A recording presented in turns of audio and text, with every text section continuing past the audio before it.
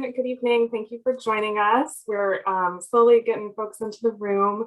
We'll get started in just a couple of minutes. We've had over 130 folks register, so we'll have a lot rolling in the next couple of minutes probably. Thanks for joining us.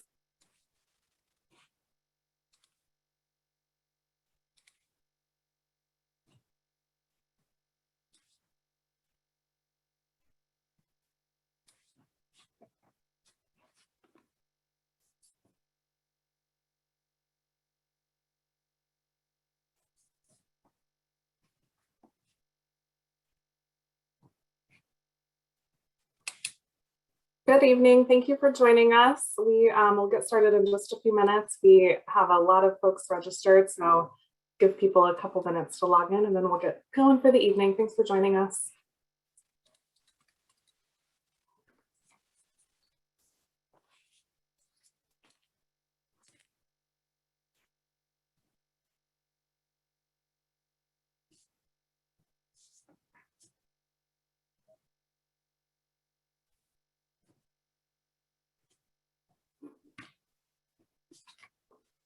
All right, well, I think that admission is sort of slowed, so let's get going. We have a lot to cover this evening, but good evening. Thank you again for joining us for the second community forum for the Essex Zoning Bylaw Review Project.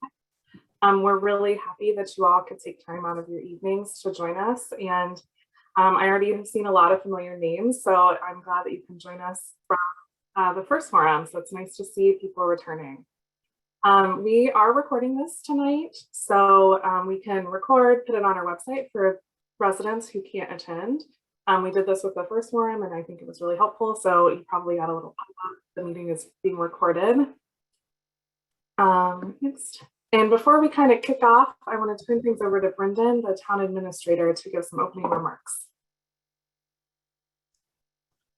Thanks, Andrea. If you're new to the situation here, maybe you weren't with us at the first forum or you weren't at town meetings recently, and maybe you saw that we were doing this by looking at one of the police bulletin boards or on the website or the sign at town hall. Realize that the town meeting put in place a moratorium on changing residential properties to commercial or industrial properties for a 2-year period. The reason for that is town officials were starting to notice that many types of businesses or ventures were being set up in areas or being proposed to be set up in areas that have traditionally been residential areas.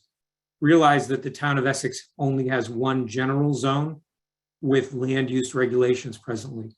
This means that if you have the requisite area and frontage for a particular use, then you can do that use no matter who you're next to. Given that there seems to be a lot of interest from different sectors to potentially actually develop areas like that, the town meeting considered the moratorium, the town meeting passed the moratorium. MAPC was then hired via a grant that we're currently working off of to help the town first understand kind of the underpinnings of what we've got here. They've looked at the existing land uses, the existing zoning bylaws. They've done a lot of work with geographic information systems. And in that first forum, they really helped to give people a good background picture on where we are and generally some directions that we could go in. Since then, a survey has been done, and that survey was responded to by many people in the community. That has helped inform what is going to be discussed at the second public forum. I want to mention that the town meeting coming up has an article on it to actually further extend the zoning moratorium, because MAPC will be helping us go for a second grant. The first grant was about $45,000. This second grant will be about $75,000 or thereabouts, we hope. And that grant does not come about on such a timeline that we would be ready with zoning recommendations in time for the 2 years. So it's going to go a bit beyond that. if town meeting on May 2nd extends the moratorium. So that's the background. I also wanted to mention that there has been some confusion about another initiative that's going on in the state. This has to do with a change in law that's going to require communities that either have MBTA service in them, or communities like Essex that are adjacent to communities with MBTA service, that there has to be certain development allowances made through zoning. We're going to talk about that more later in the meeting. Just realize that MAPC did not bring that about. MAPC has its own opinion on it, but MAPC is not the originator of that. It's the state legislature. So please don't confuse what you're hearing about the MBTA rules with anything that we're doing. Will MAPC help us to assess what those rules might mean in Essex? Yes, because we're doing an entire zoning bylaw review right now. But it is not the prime consideration of this project, and MAPC is working for the town. They're not telling us what to do. They're helping us to find the path that we want to take. Thank you very much for the opportunity to introduce. Thank you, Brendan. I think that was a great setup for the project. And tonight, as Brendan mentioned, we're really focusing on the survey results. That was there was a survey fielded in February. A ton of people filled it out. We really appreciate you taking the time. We know it was kind of a lengthy survey. You can't talk about zoning in 2 minutes, but we appreciate you taking the time to do the survey. So we're excited to share those results. We'll also share the draft zoning recommendations. So the survey and a lot of other engagement points of the project fed into the draft zoning recommendations that we're excited to share tonight. And I'll share some next steps where we go from here. Then Brendan kind of set that up nicely. So this is a phased project that we're excited to be sharing with you. I also want to mention one more thing. So unlike the first forum, there won't be a small group discussion. There won't be a Q&A session, but we do encourage you, if you have questions as we're going through the presentation, or if you have comments that you want to share, go ahead and put those in the chat box. And you can kind of scroll at the bottom and you see a little chat bubble. We have that open sort of as a virtual comment box tonight. So we want to still hear from you tonight. We just don't have enough time to cover all of this information and also have time for a really robust Q&A or small group discussion like we did last time. So please use the chat box. It is going to all of the hosts of the meeting, and we'll, after the meeting, be sure to read through all of the comments and questions and be able to follow up and get those questions answered for the residents. So please use the chat box. And now we can kind of get into the meat of the presentation. So Brendan did a good job of setting up the project. This is a zoning project that involves a lot of people. From MAPC, I'm Andrea Harris-Long. I don't think I introduced myself, but I'm a senior planner at MAPC, and I'm joined with Courtney Lewis, who you'll meet in a few minutes, a regional land use planner. We work in the land use generalist team. We're working really closely with the planning board at Essex, and Brendan and Dana Menon, the town planner, as town staff on this project. But we also are working with the community. We had a lot of different opportunities to meet different residents through this process. We had the community forum last month. We've done some focus groups and interviews. So this is really a project that's been, having a lot of people work on it, which is really good. Andrea, this is Brendan. I just want to also mention that the Board of Selectmen is actively participating in the project, and at each one of their meetings, they're taking the feedback from MAPC, the planning board, and the town staff. So they are very actively engaged as well. Yes, thank you. I'm sorry that I didn't point that out. And this is Kim Drake, Chair of the Planning Board. Because we do have a quorum of our members present, I do need to call to order a meeting of the Planning Board. This is MAPC's meeting, but because we have a quorum present, it's a public meeting on our part. So we just need to make sure that's recorded. Thank you. And I'm also going to do the same, Andrea. This is Ruth Breen, Chair of the Essex Board of Selectmen, and I'm going to call the Essex Board of Selectmen to order. Thank you. Wonderful. Thank you. I skipped right over that little agenda item, so I apologize, but I'm glad we're all called to order. So who is MAPC? You probably are familiar with us, especially if you were at our last meeting, but we're the regional planning agency for the 101 cities and towns in the greater Boston region. So that's shown here on the map. Our region is about 4 million people, and we really do a lot of technical assistance and planning work, like the work that we're doing right now with the town of Essex. The bylaw project, like Brendan mentioned, it's been, over the past few months. We kicked it off in the fall.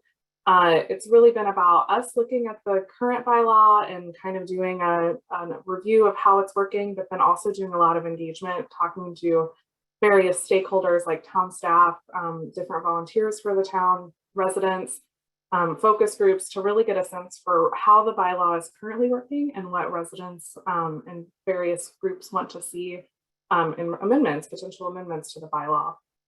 We, like I said, had the community forum last month. We did the community survey, and now we're sort of in the tail end of the project, where we're coming back to you all tonight, and then we'll be wrapping up the draft recommendations in a final report that will be done in the next month or so.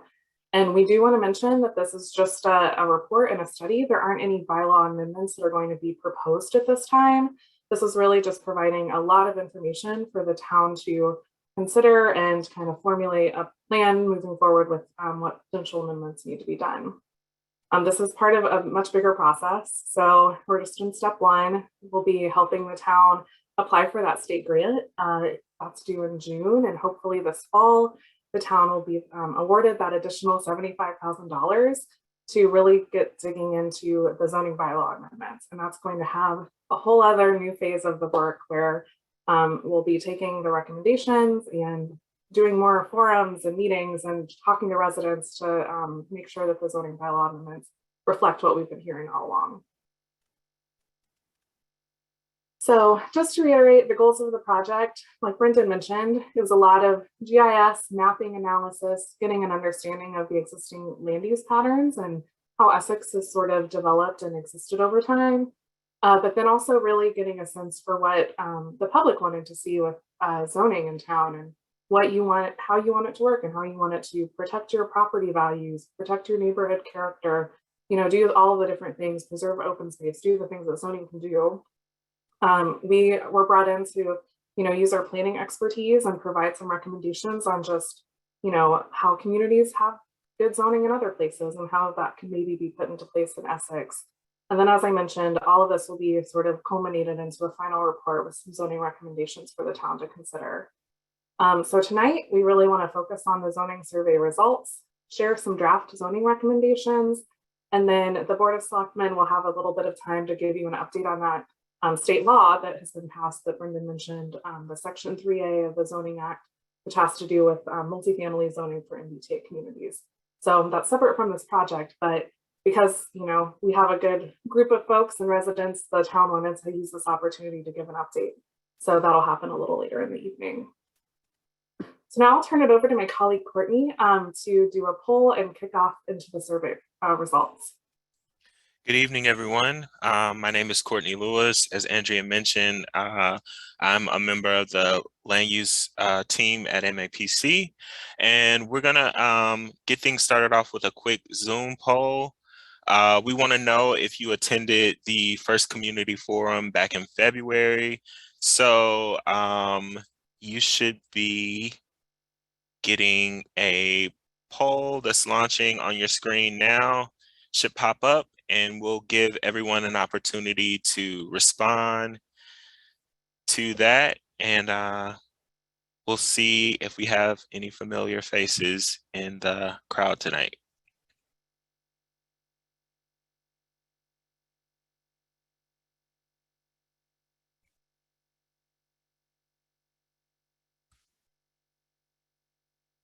All right, we're at 90%, so I'll give it just another second.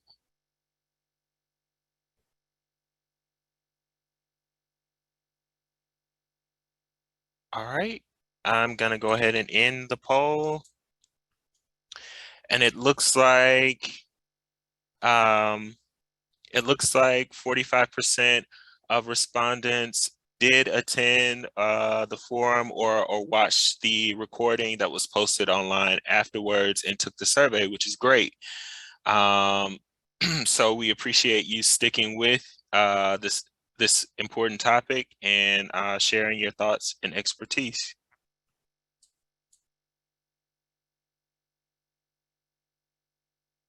everyone saw the results, right? I just want to make sure. Yeah. Did the Yes. Yep. Okay. We did. Okay. Yeah. All right.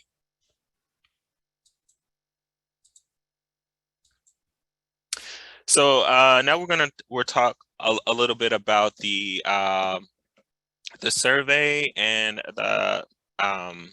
so I think we had a pretty good turnout on the first forum. We had 73 participants in the live presentation, and we've beat that number tonight. We're currently at 82 participants. So thanks for telling other people about tonight's event. We launched the survey right after the last forum on February 15th.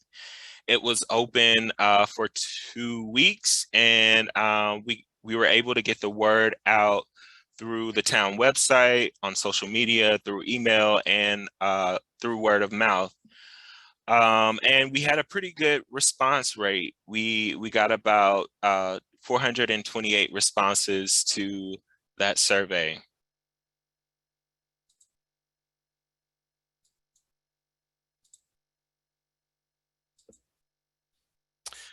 Looking at who took the survey, 97% of survey respondents were residents, 94% were homeowners, 31% worked in the town of Essex, and 21% of respondents owned a business in the town.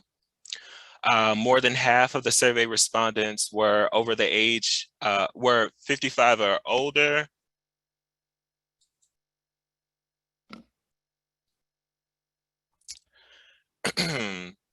And 78% of respondents identified as white. About a third of respondents had a household income above 150K, and another third chose not to answer this particular question.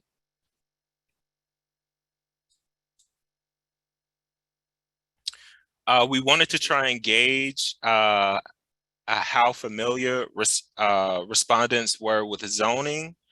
26% of people who answered these questions also attended the forum in February, where we talked through some very basic zoning concepts. Most respondents indicated that they were moderately or somewhat familiar with the town's zoning bylaw. 58% felt that they had some understanding of how zoning affects their personal property.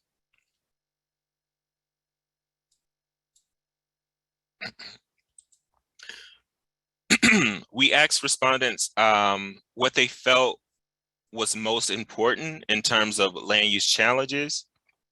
And it looks like the top two challenges that most people were concerned with were managing growth in an appropriate and sustainable manner, and incompatible uses being located next to each other.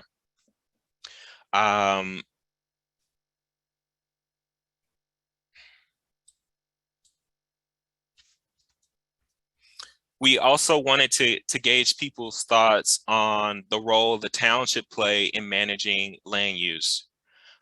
Most respondents indicated that the town should tighten zoning regulations.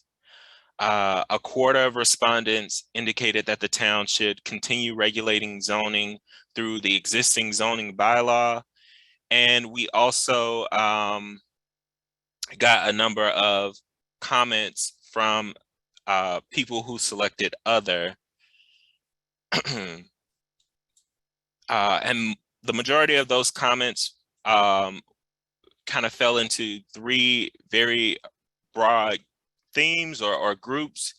And those were modernizing zoning to protect the well-being of the community and further the community's vision, create commercial and industrial zoning districts, preserve open space, natural resources, and Essex's small town feel.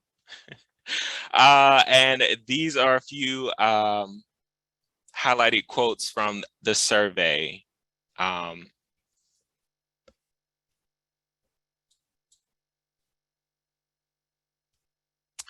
We asked what makes Essex such a special place, and 82% of respondents said the Great Marsh and the Essex River.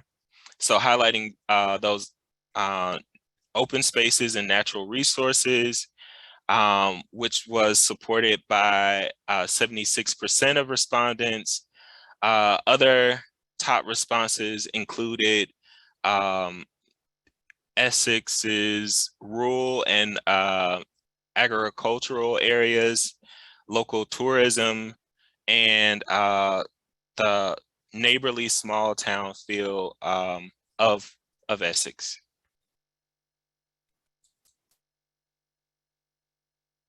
And so we also had some questions in the survey to try to get at zoning issues like residential areas and what commercial areas should look like. So one of the first questions that we asked was, is there anything that you would change about residential areas in town, especially if there were to be residential zoning one day? 64% of respondents said that they wanted the ability to have accessory dwelling units, and 62% of respondents wanted to limit non-residential uses. Some of the other things that came about were the want to continue to allow home occupations with some additional regulations perhaps, and continue to allow short-term rentals. So this is a really helpful question to just get us a sense of what people like to see and consider in their residential areas.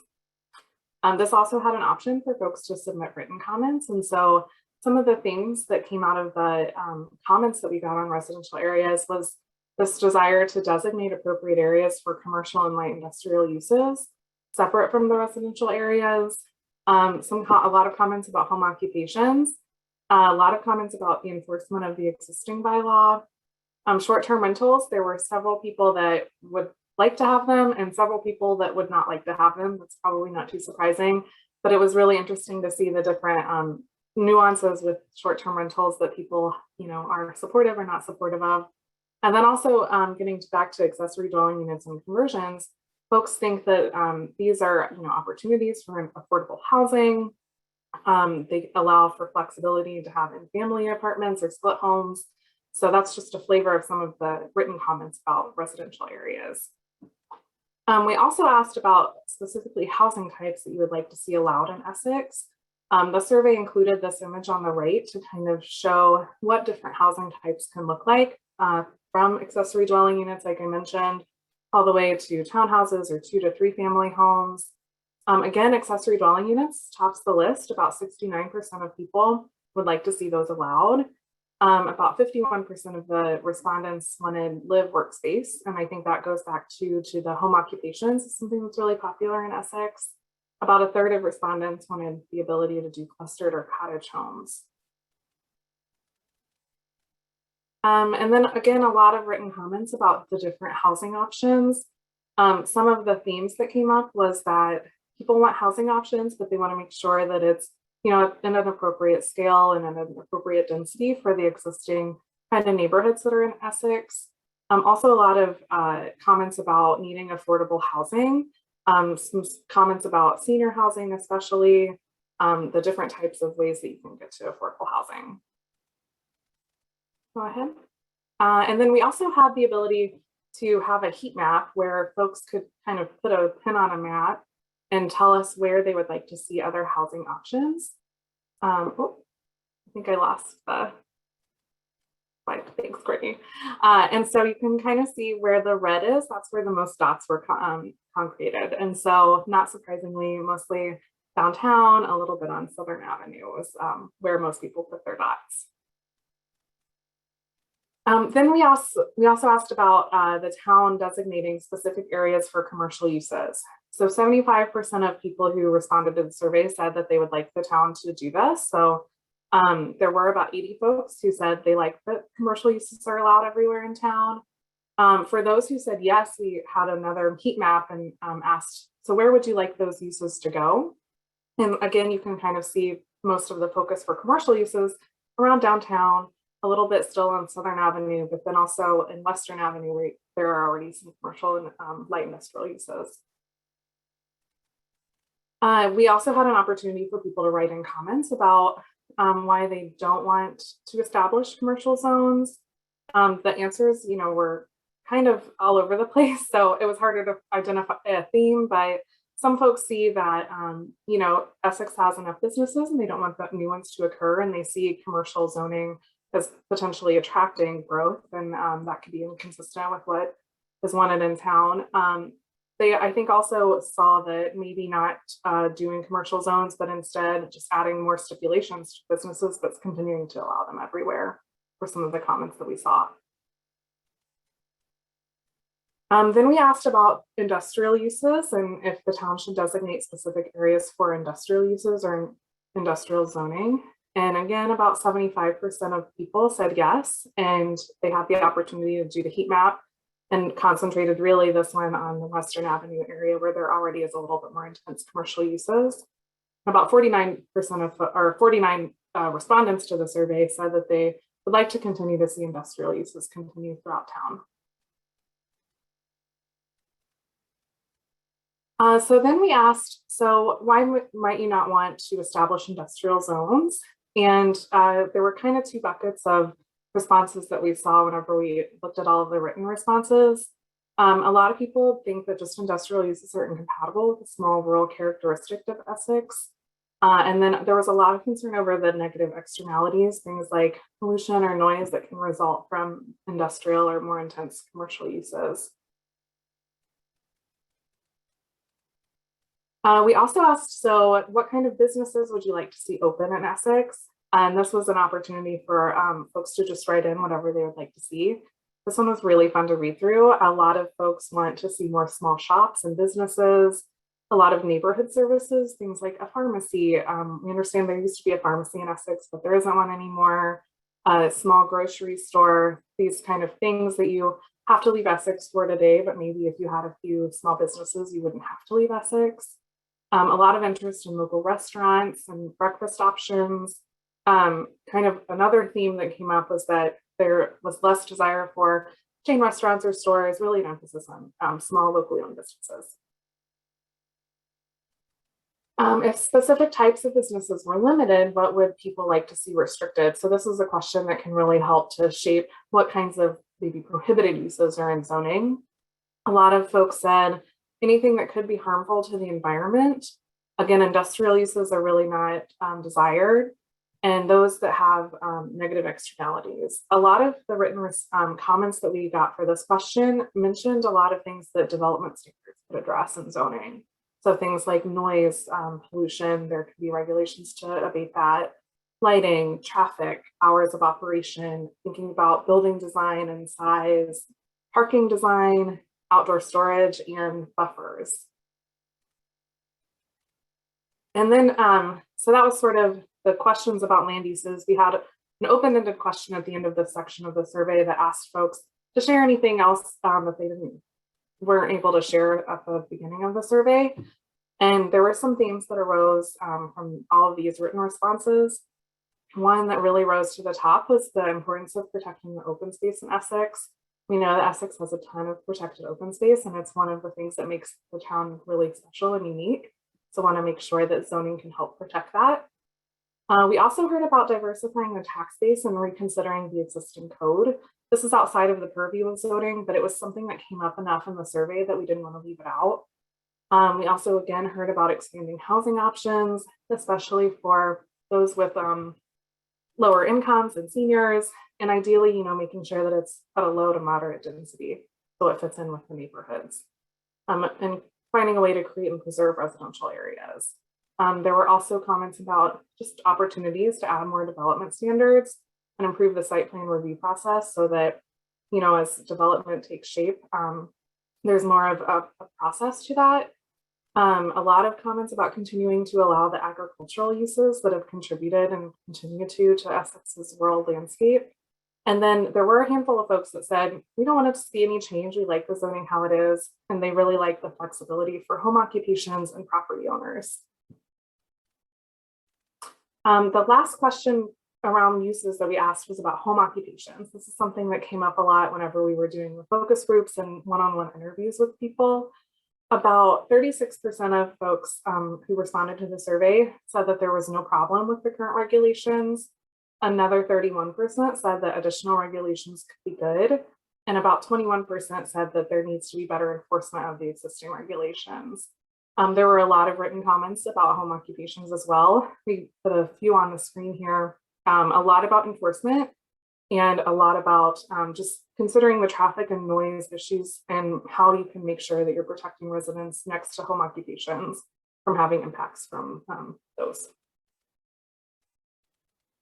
So of the 31% of respondents who wanted to see additional regulations, we asked, so what would you like to maybe see in addition to what's already in the existing bylaw?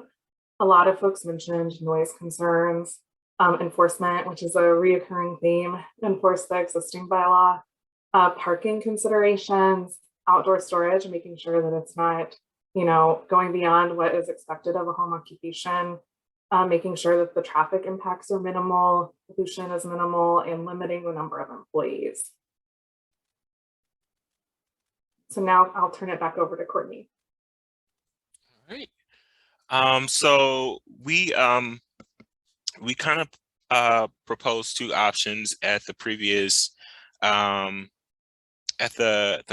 forum, and one of those options were to create new zoning districts. And so we asked respondents how they felt about the town creating zoning districts, and overall 66% were very supportive or generally supportive of the creation of new zoning districts, and 25% of respondents were concerned or very concerned, but wanted additional information about what all that entails. And 6% of respondents were kind of in the middle. They were neutral on this question.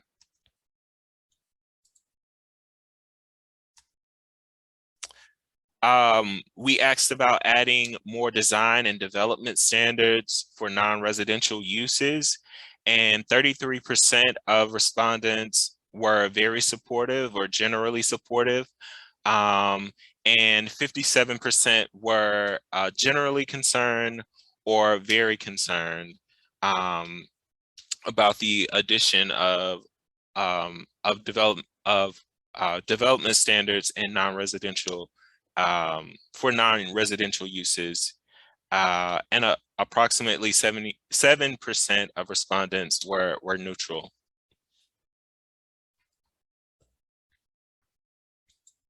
We asked respondents if they were supportive of expanding the applicability of the special permit process, and 72% of respondents were supportive, and 28% were not.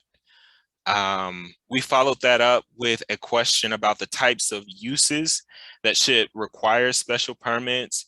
And the top three answers were all commercial and industrial uses, any change of use to non-residential when there's already an existing residential use in place, and when certain development thresholds are met, such as parking, building size, and traffic impacts.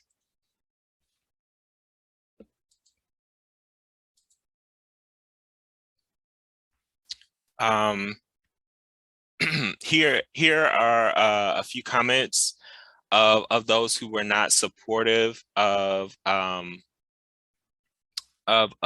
making changes to the special permit process. Some people expressed that special permits were too subjective.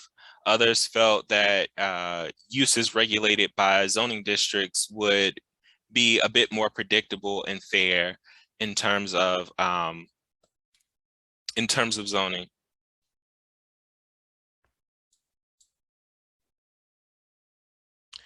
We asked what type of development regulations people would like to see, and the top 5 choices were environmental protections.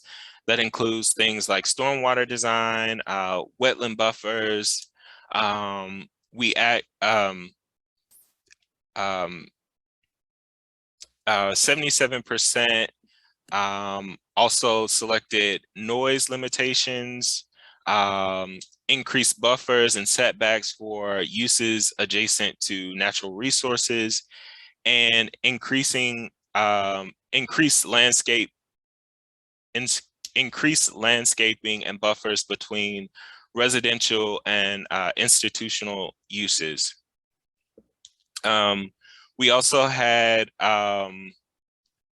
76% of respondents say that limitations on building heights should be regulated more as well.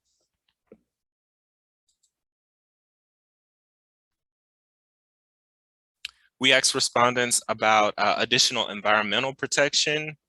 A majority of respondents thought that the town should adopt a wetlands bylaw.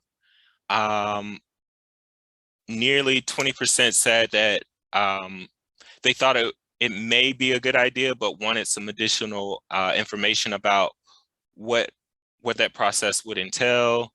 And then 9% said no.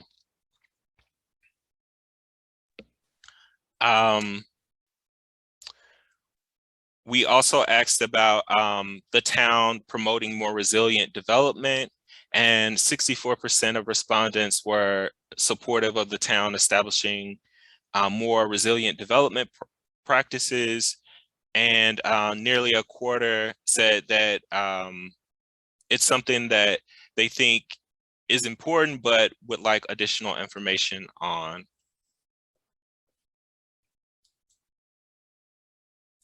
So we as we did our one-on-one interviews and had our focus groups, we the following themes kind of emerged from the feedback that we gathered. The column to the left kind of looks at responses or themes that emerged after we asked, you know, about the existing zoning bylaw, and the column to the right looks at some possible solutions or things that should be further investigated in the recommendations. Overall, people were very excited about the project and the opportunity for the community to come together around these important zoning issues. However, people felt that the current bylaw could be hard to interpret or confusing. And we also heard that the fact that the existing bylaw allows for uses to go everywhere could at times be problematic. And people also felt that enforcement is lacking generally due to limited staff capacity and resources of the town. There was large support for the creation of new zoning districts to help guide growth. The impacts of climate change was a topic that seemed to be at the top of a lot of people's minds, and was something that a lot of people felt should be considered as zoning amendments are made. And people also recognize that this process to reform the town zoning would take a lot of hard work and a lot of engagement with the community. But overall, I think everyone had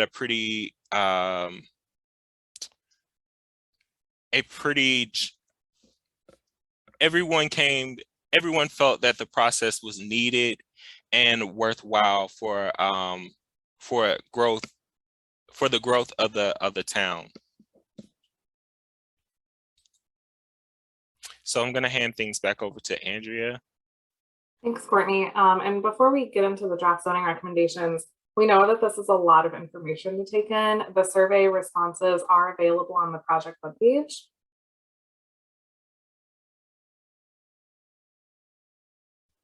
Andrea, you're muted. Andrea, you're muted. Oh boy, sorry. I talked a lot in that short amount of time for being muted. So I was saying that we know that that's a lot of information from the survey. The survey had a lot of good input, and that we have put the survey results on the project webpage. So after this meeting, if you want to go dig into things a little more, read all of the written responses, you can go to the project webpage. The link is in the chat box. So we hope that you can take a closer look and get a better sense, because it's a lot to digest in a short amount of time this late in the And you can also go, this is Brendan, you can also go right to the town website at essexma.org. Under the town news and notices on the homepage, you'll see the zoning subject, and that will link you to that as well. Perfect. So please take a look and feel free to let us know if you have any questions, and continue to use the chat box for your questions, and we'll get to those after the meeting. So now we want to talk about the draft zoning recommendations. We took all of the information that we gathered through the survey, the focus groups, the interviews, our meetings with the planning board, our just general knowledge of working with other communities and doing zoning work, and have kind of crafted these 8 sort of recommendations. The next slide, please.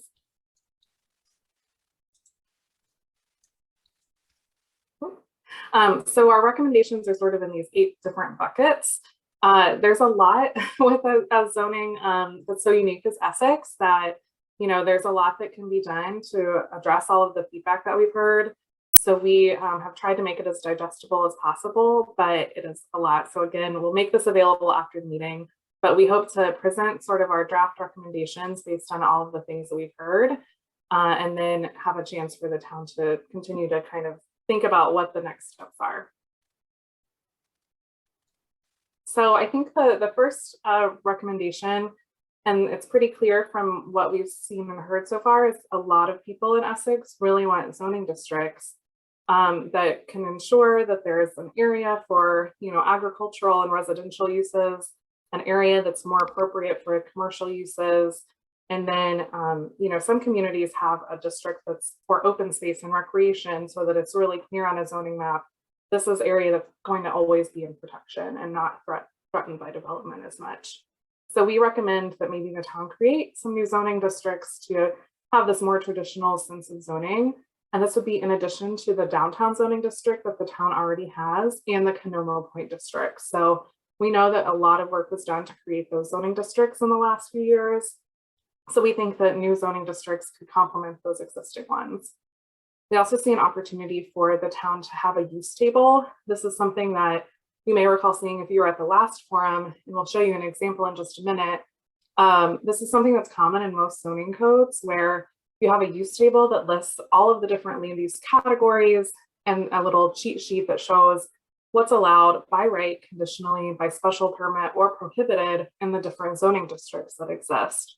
It's something that makes a zoning code a lot more easy to enforce, and it makes it a lot more easy for a member of the public or a property owner to really understand what can happen in the zoning district that they're located in.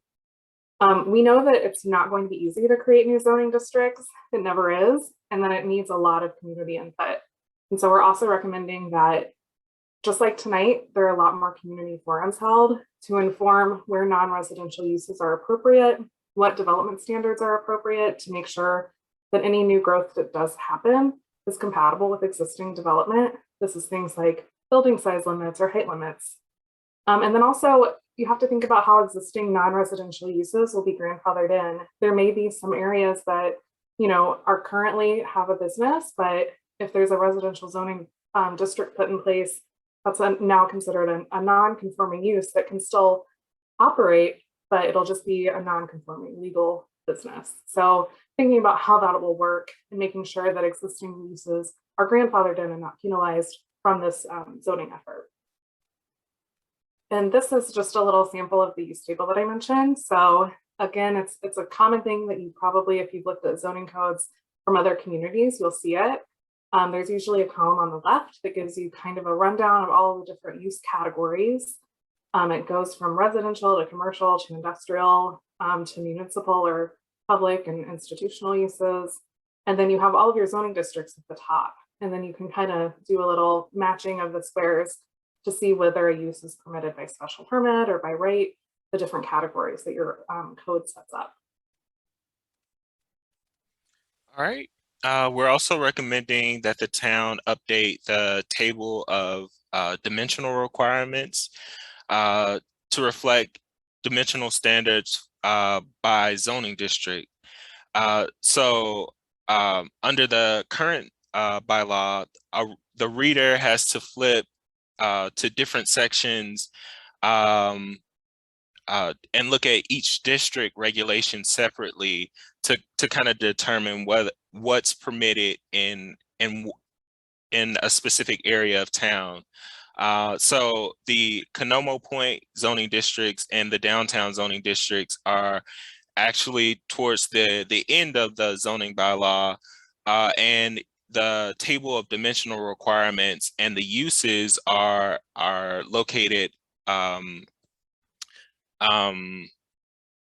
in section 6-3 of the existing zoning bylaw.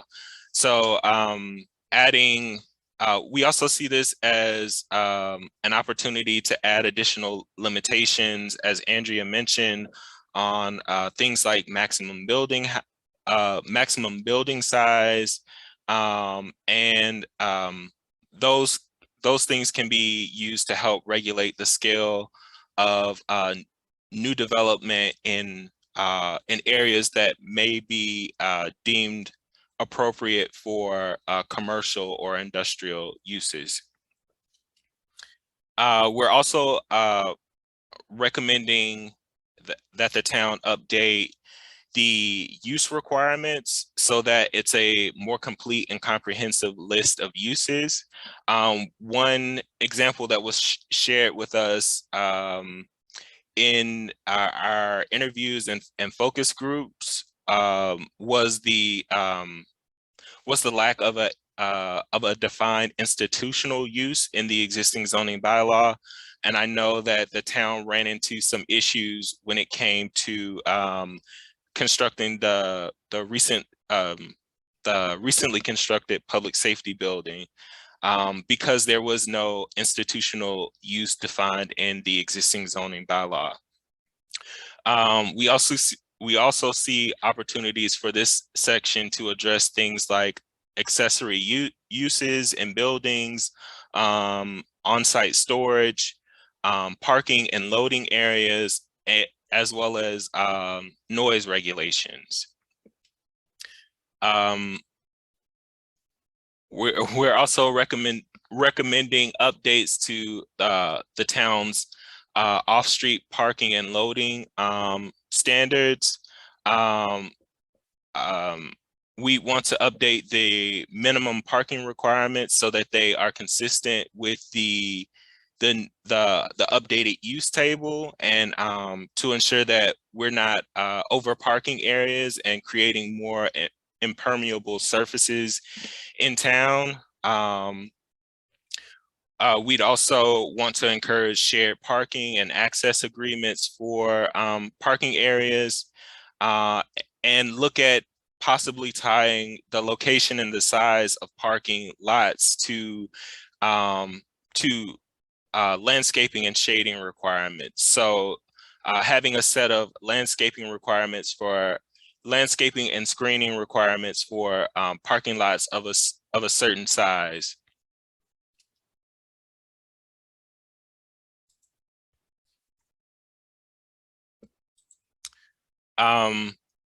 We'd also look at updating the list of uses that require special permit. As you saw in the survey question, there was support for making changes to the site plan review process and uses requiring special permits. So adding language to the bylaw that clearly states the site plan approval process, and also adding a section that that kind of fleshes out conditional approvals. A great example of this is Hamilton's zoning bylaw. They have a really good and detailed section of administrative procedures that articulates what an applicant would need in order to obtain a special permit. And in terms of the site plan review process, again, adding additional language that makes it a bit more clear of how that process happens. And also looking at another possibility is looking at site plan review as a two-tiered process. So some communities have minor site plan review and major site plan review, and that depends on the amount of square footage of a proposed structure. And it also, for minor site plan review,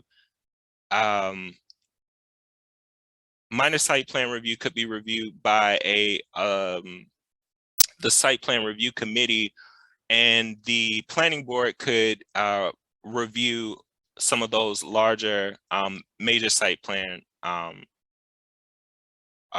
projects, which would take some of the responsibility and pressure off the planning board for having to do reviews for all of the projects.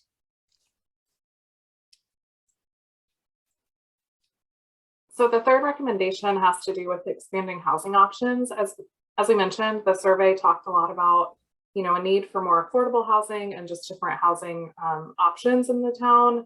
First and foremost being accessory dwelling units. So we would recommend that the town allow detached and attached accessory dwelling units and amend the section of the ordinance that or bylaw that has timeframe requirements. There are also some requirements for two-family and multifamily homes that may just be a little outdated and burdensome.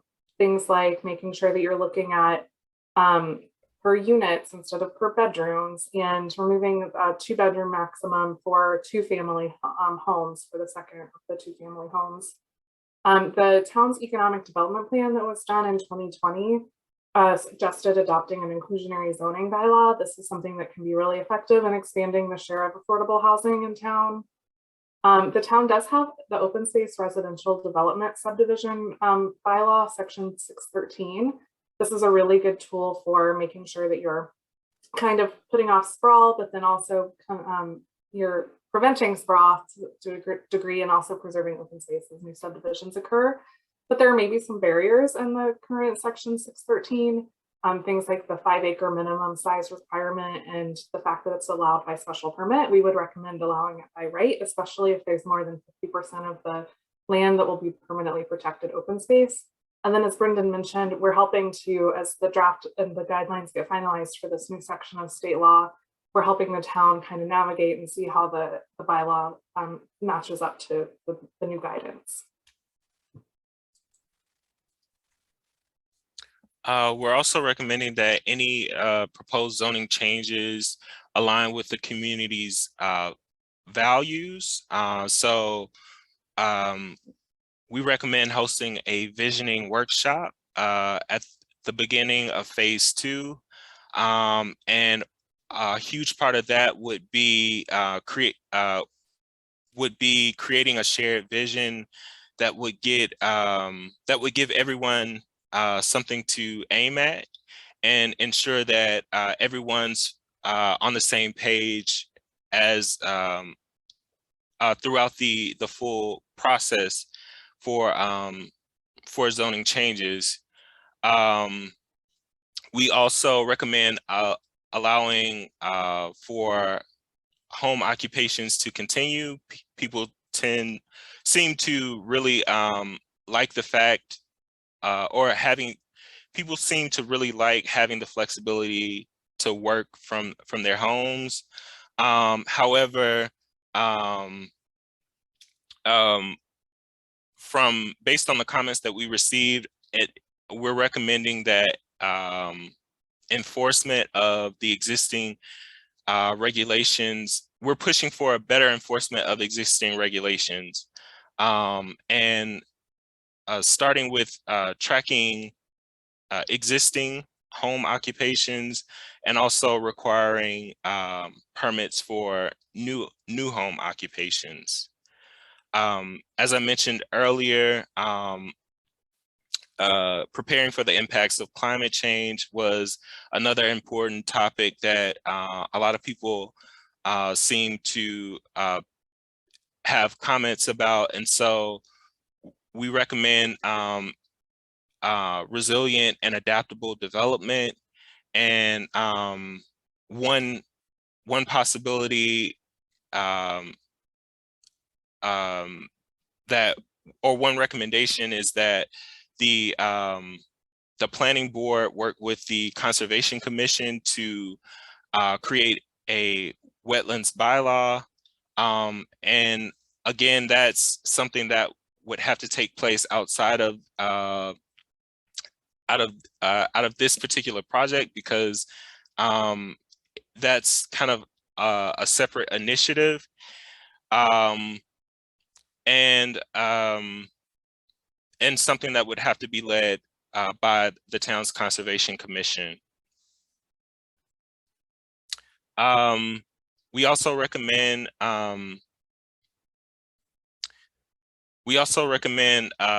looking at additional protections for historic and cultural resources and scenic roads, as recommended in the town's open space and recreation plan, and also tracking and regulating short-term rentals.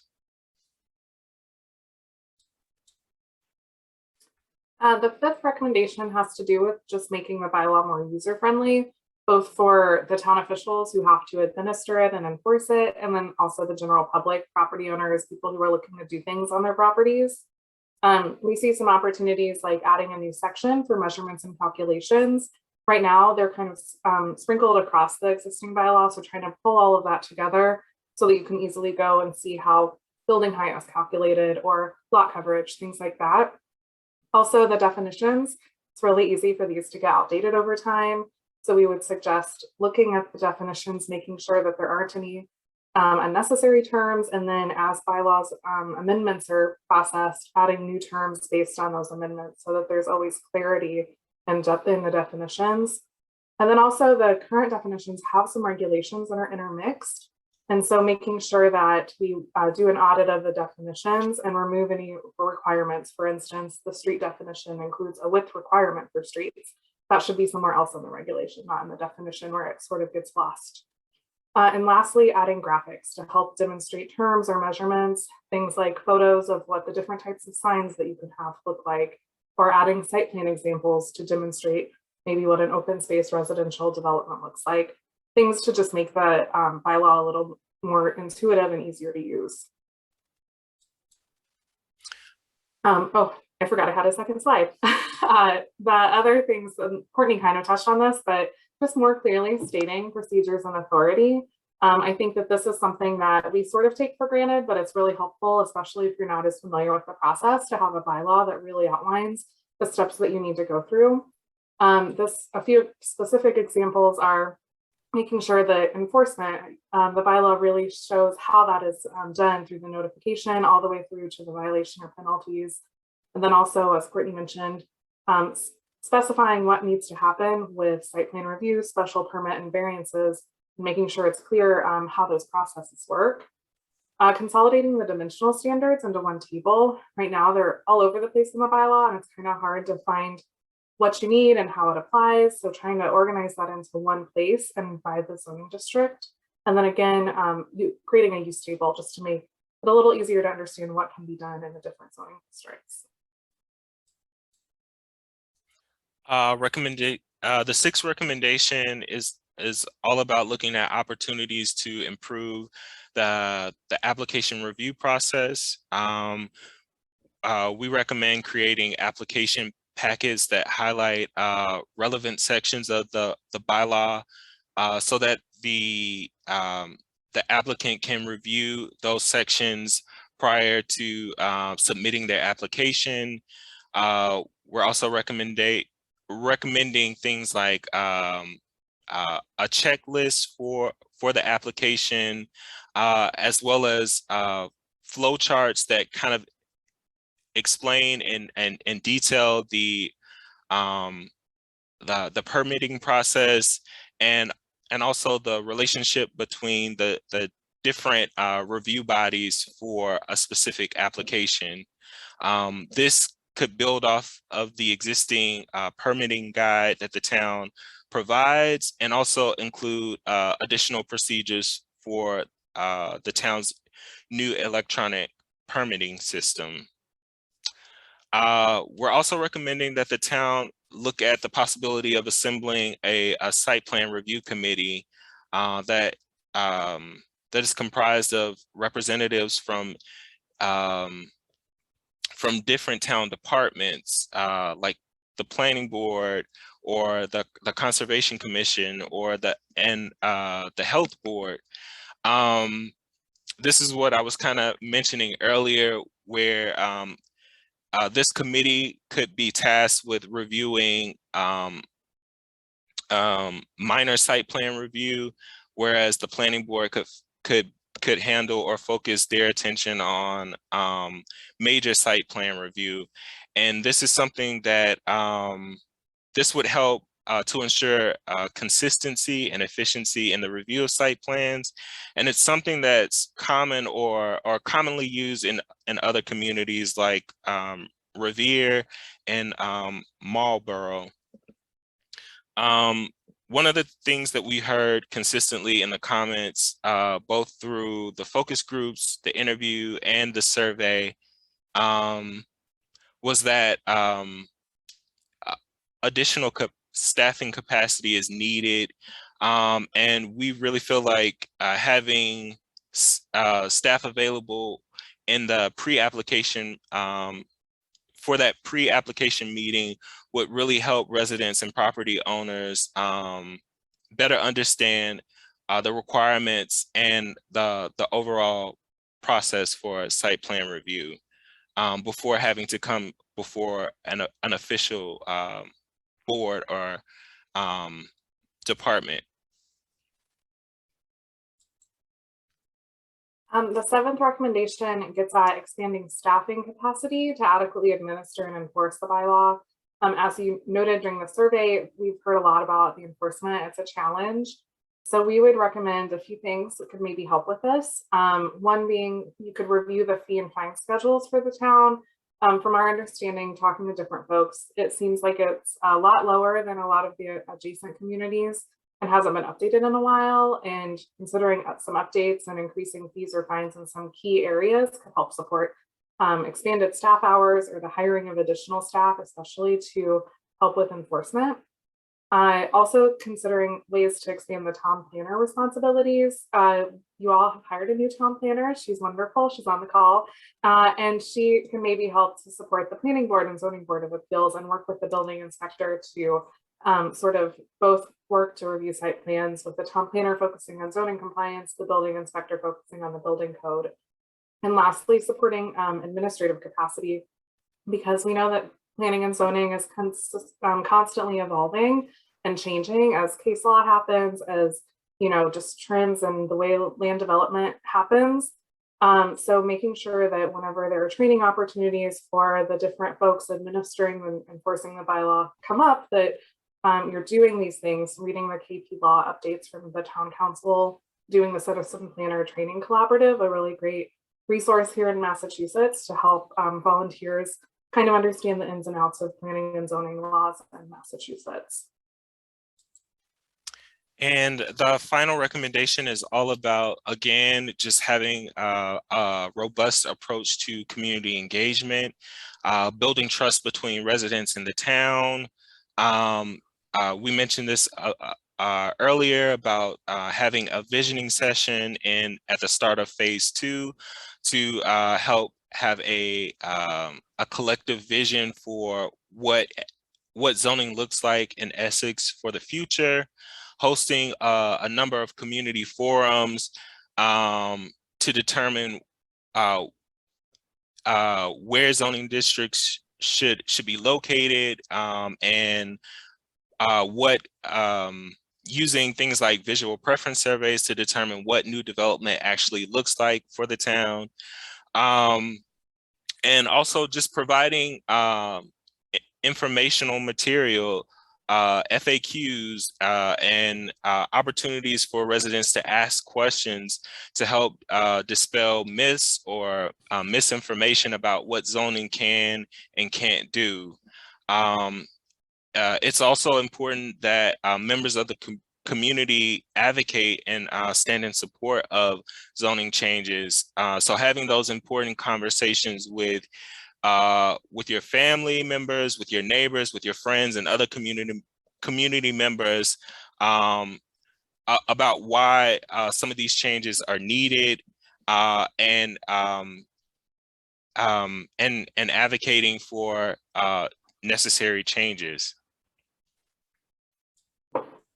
So we know that was a lot, but hopefully you have some gut reactions to these recommendations, and we were going to do another poll question to see if we're on the right track. So I'm going to launch this. And hopefully you all see a poll pop up. If you don't, let us know and we can maybe put it in the chat and you can send us your response that way. But it looks like we have some folks answering. So we'll see how many we can get to and then share the results.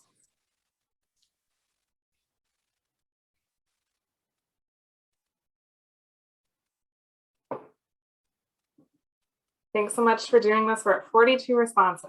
So let's try to get close to 65 or 70, I think.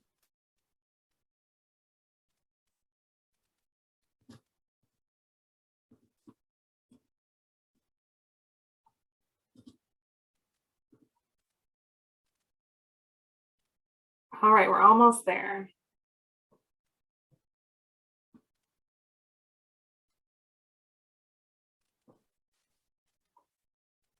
Maybe one more second.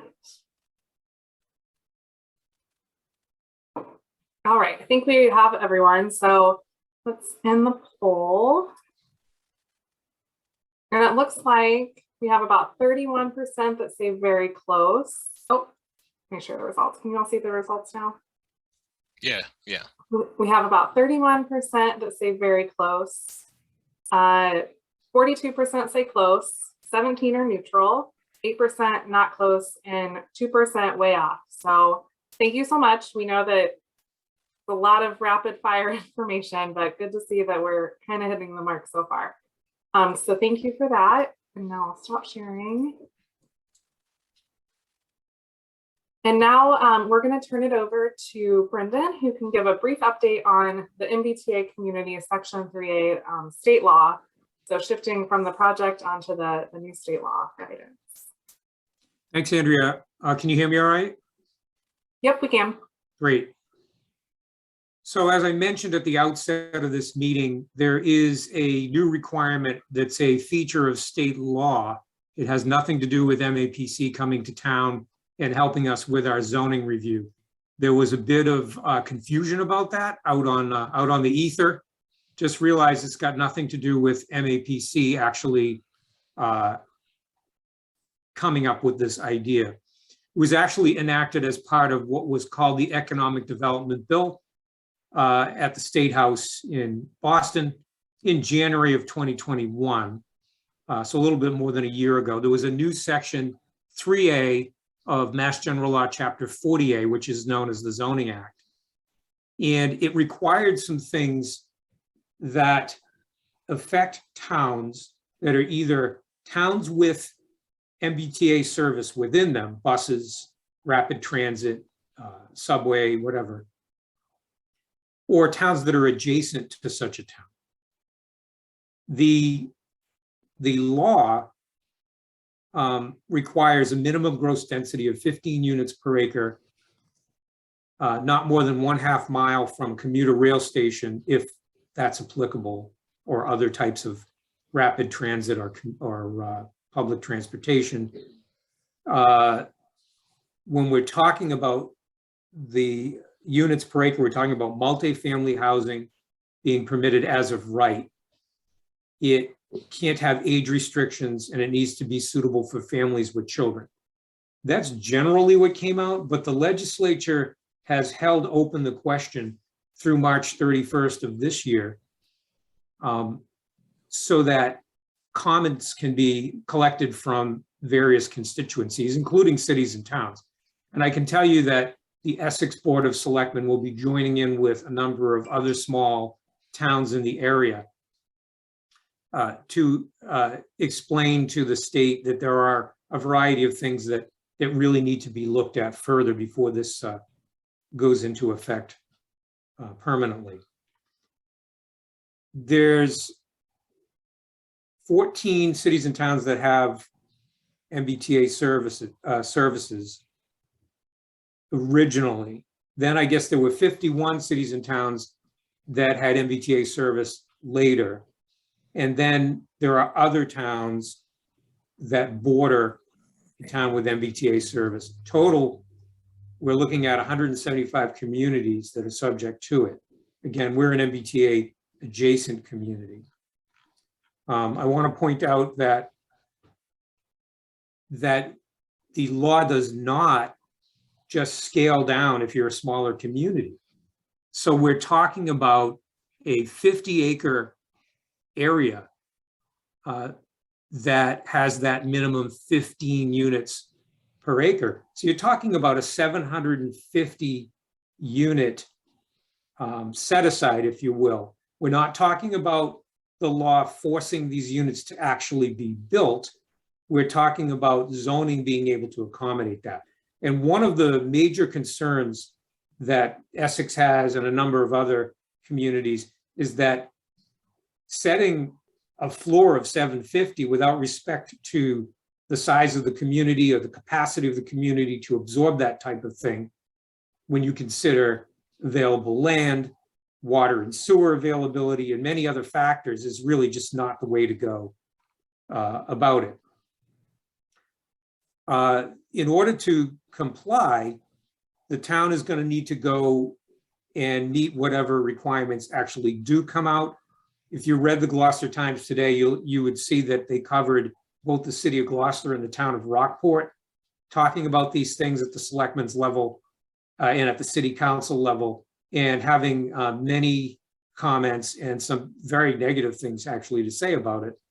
And so that's a small town and a city both reacting in that way. So it shows you a little bit about what the state's going to hear when they do take this testimony into consideration. What will happen if the town doesn't comply with this, which would be to set aside whatever ends up coming out as the final rule? There are several grant programs that the town would not be able to participate in if the town did not comply. And, the question right now is, well, okay, there's just a few grant programs, but will the state add to that? It's probably not a good thing to take a risk on and just do nothing. At the same time, if the rules don't change, it'll be almost impossible for us to meet it anyway. So we really need to understand a little bit more about what the final rule will include. I wanted to ask Andrea and Courtney if they wanted to add anything to what I've said. Are there any other portions of the requirements that we should highlight during this time.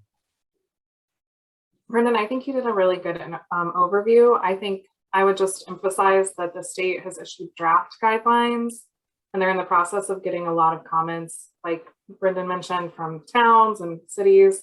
MAPC, our housing team, has been really involved in reviewing and making recommendations on the draft guidelines. If you want to go to our website, you can take a look at that. But I think that there is a lot of ambiguity in the draft guidelines that we're trying to get clarity on. So we're sort of in the same boat, I think, hoping that there's some more clarity on how this can Right, actually and I want to mention too, one of the big concepts here is something called transit-oriented development. So if you go to the Salem train station, if you've ever taken the commuter rail, you'll see what that looks like. And that's great, and it has its place. But in a town like Essex, which is not an MBTA community as far as having service within it, having transit-oriented development in the town with no transit makes no sense, yet that's kind of one of the driving forces. And if you read the story that about what the Gloucester City Council had to say, they actually are a community with train stations. So is the town of Rockport. But transit-oriented development in a cookie-cutter way, in the volume of set-aside area and zoning that is in the draft guidelines, is really just not going to fly. And again, we'll just wait and see. Given that the fact that we had this on the agenda tonight because the selectmen need to go through a small briefing like I just did as part of the process, I just wanted to invite Chairman Perrine to say anything that she wanted to say at this time, and then we'll move on. Thank you, Brendan. Honestly, you did a great job covering it. It was my intention just to make sure that any of the participants that have joined us tonight realize that the goal in working with MAPC had nothing to do with the MBTA community's draft guidelines, and that we are certainly addressing it to make sure that we cover all concerns for any members of our community, and that if any members of the community would like to add to the letter that we anticipate or that we plan on sending out, that they should email any language that they'd like included to you at bzubricki@essexma.org. Certainly we want to hear from anybody that has any input. That's it. I think between Andrea, Courtney, and yourself, you guys did a great job covering everything I wanted to say. So thank you. And Andrea and Courtney, thank you so much for all of this hard work. We appreciate it so much. All right, so back to you, Andrea. All righty, thank you. So I'm sure many of you are wondering kind of what's next for this project.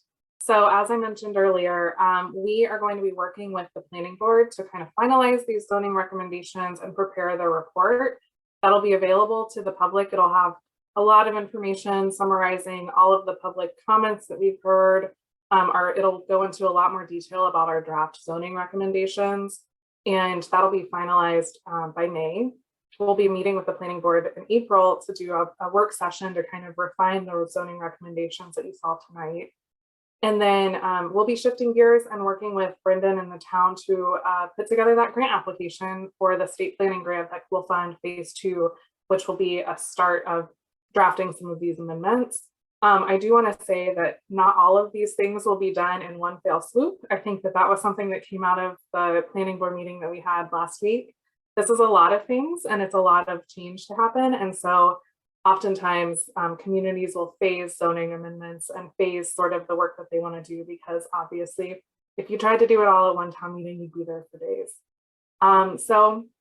After we do the grant, hopefully the grant will get awarded to the town, and in the fall we can begin on phase 2, and that will really be the implementation of the zoning recommendations. By that point, I think that the town will have been able to work with the community a little more to prioritize what they want to tackle first, and we can help them with that with phase 2. All right, we're gonna launch one more Zoom poll before we conclude for the evening. We're also gonna allow time for the Board of Selectmen and the Planning Board to adjourn this evening before we close out. So let me get this last poll launched.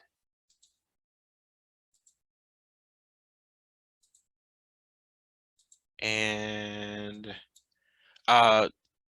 so this question really looks at how we want to better understand, MAPC and the town wants to better understand how to engage with you all in this next phase of the process. How would you like for us to reach out? What types of activities or meetings would you like to have? And also like the format, whether virtual or in person. So we're going to give it a minute.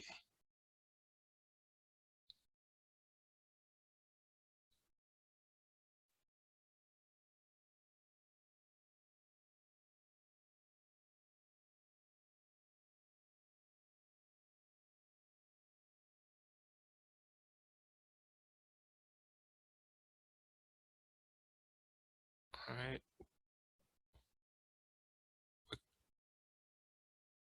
We're close to about 75%. So I'm just going to give it another second and then I'll close it out.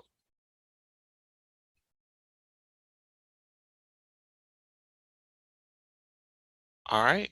I'll go ahead and end it.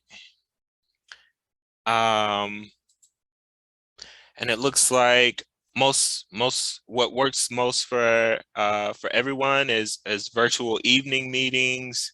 We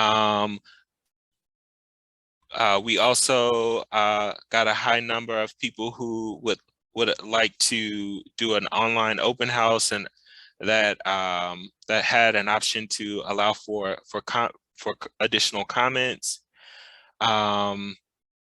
So we'll take all this, as well as in-person evening meetings, which may be something that's very much possible once we get to the second phase of this process. So we'll keep all this in mind, and we'll use this information to make additional recommendations to the town.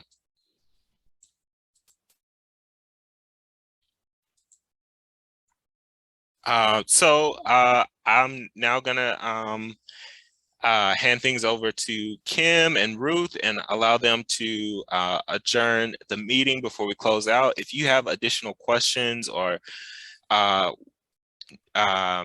would like additional information about the project or the process, please feel free to reach out to Andrea or I.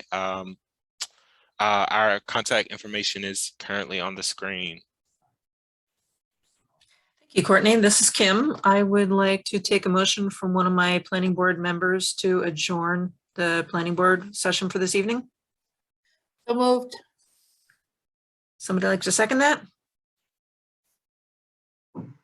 Second. Okay, all in favor? Aye. Aye. Aye. Aye. Okay, that's aye of a quorum. So planning board is adjourned. Thank you. Thanks, Kim. This is Ruth Perrine. I will entertain a motion to adjourn the Board of Selectmen.